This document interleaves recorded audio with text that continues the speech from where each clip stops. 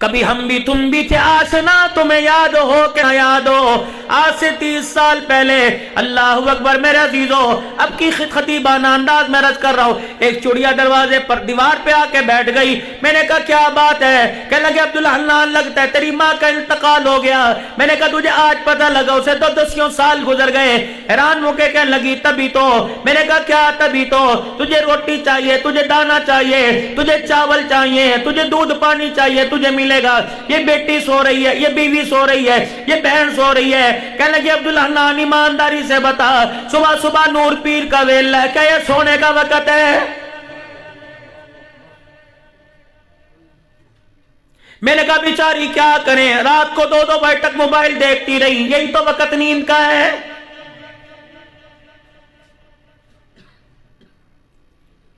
کہ عبدالحنان میں تیری ماں کو تلاش کروں، تو بھی اپنی ماں کو تلاش کر۔ میں نے کہا اس سے تیرا کوئی لینا دینا ہے، کوئی تیرے ذمہ اس کے ذمہ قرض ہے؟ کہنے لگی نہیں نہیں، صبح صبح کا وقت ہوتا تھا، فجر کی نماز تھی، نہ کوئی پنکھا ہوا کرتا تھا، نہ کوئی بٹسٹل فین ہوا کرتا تھا، نہ ایئر کولر، نہ ایسی ہوا کرتا تھا۔ ہاتھ کا پنکھا جلتے جلتے اللہ اکبر جب چی چی کر کے دیواروں پر آ کے بیٹھا کرتی تھی، تمہاری ماں موٹے موٹے حرفوں کا قرآن بند کر کے دیکھ کے کہا کرتی تھی بسم اللہ پرونے گھر آ گئے۔ اٹھا کرتی تھی، چاولوں والے دانے والے ڈبے میں سے مٹھی بھر کے یوں کر کے ہماری طرف پھینکا کرتی، ایک دانہ اچھل کے ہمارے منہ میں آ جایا کرتا، ہم اس سے نگل کر سارا دل اپنے پروں سے پرواز کیا کرتی، پر ہمارے ہلا کرتے تھے، رحمت تمہارے دروازے پہ برسا کرتی تھی۔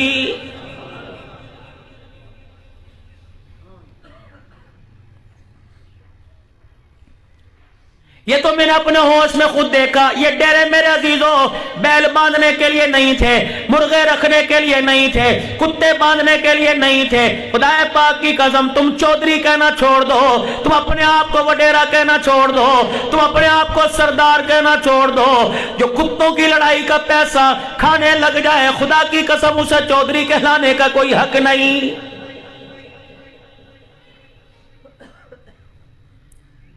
یہ کتے بھی اللہ کی مخلوق ہے، خدا کے دربار میں عرض کرتے ہوں گے الہی تو نے کن کے حوالے کر دیا، جب تک ہمیں کوئی چیر پھاڑ نہ کر دے وقت کے چودھریوں کے گھر کا چولہا نہیں جلتا ہے۔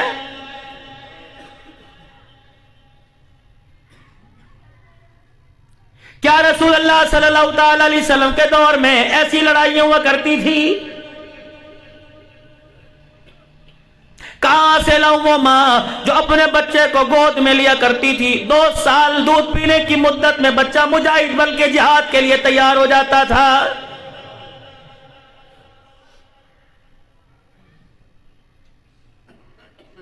یہ ڈیرے تو میرے عزیزوں مسافروں کے لیے ہوا کرتے تھے، 8-10 بسترے پڑے رہا کرتے تھے، دودھ کی ڈرمی لسی کی ڈرمی پڑی رہا کرتی تھی، دودھ کی گڈلی لسی کی پڑی رہا کرتی تھی، اور میرے عزیزوں دیسی گھی نہ بکا کرتا تھا، دودھ نہ بکا کرتا تھا، مکھن نہ بکا کرتا تھا۔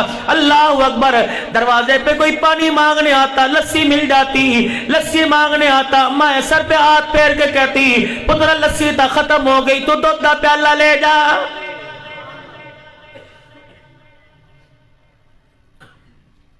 کوئی گاڑی نہیں تھی میرے عزیزوں، کوئی کوچ نہیں تھی، کوئی موٹر سائیکل نہیں تھا میرے عزیزوں، بیل گاڑیوں پہ پیدل برات آیا کرتی، لڑکی والے کے گھر میں 4 دن ٹھہر کے جایا کرتی تھی۔ گاؤں والے سارے آگے کہا کرتے تھے چودھری پریشان نہ ہوئی، 3 دن گاؤں سے دودھ باہر نہیں جائے گا، یہ بیٹی تیری نہیں بیٹی ہماری ہے۔ کوئی بستر لے کے آتا تھا، کوئی منجے لے کے آتا تھا، کوئی مہمانوں کو اپنے گھر لے جایا کرتا تھا۔ کمانے والے تھوڑے تھے، نماز کے سجدے زیادہ ہوا کرتے تھے، ذکر اذکار کی کثرت ہوا کرتی تھی، کسی کی جیب میں موبائل نہیں تھا بلکہ ہر ایک کی جیب میں پیلے رنگ کی تسبیح تھی۔ چھوٹے چھوٹے بچے آ کے کہتے تھے دادا ذرا مکہ دکھا دے۔ اس مسجد کے محراب میں، اس کے ملکے میں ایک طرف مکہ نظر آتا تھا، دوسری طرف مدینہ نظر آتا تھا۔ کہاں چلے گئے وہ 5 پیسے جیب میں ہوا کرتے تھے، چولنی جیب میں ہوا کرتی تھی، پھلیاں مرونڈا جیب میں ہوا کرتا تھا۔ اللہ اکبر میرے عزیزوں، مٹھی چیز جیب میں ہوا کرتی تھی، گڑ کی ڈلی جیب میں ہوا کرتی تھی، چھوٹی چھوٹی ٹافیاں ہوا کرتی تھی۔ جو بچہ نماز پڑھنے کے لیے آتا، گاؤں کا بڑا بوڑھا اس کے ہاتھ میں ٹافی دیتا تھا تاکہ اگلی مرتبہ نماز میں آئے۔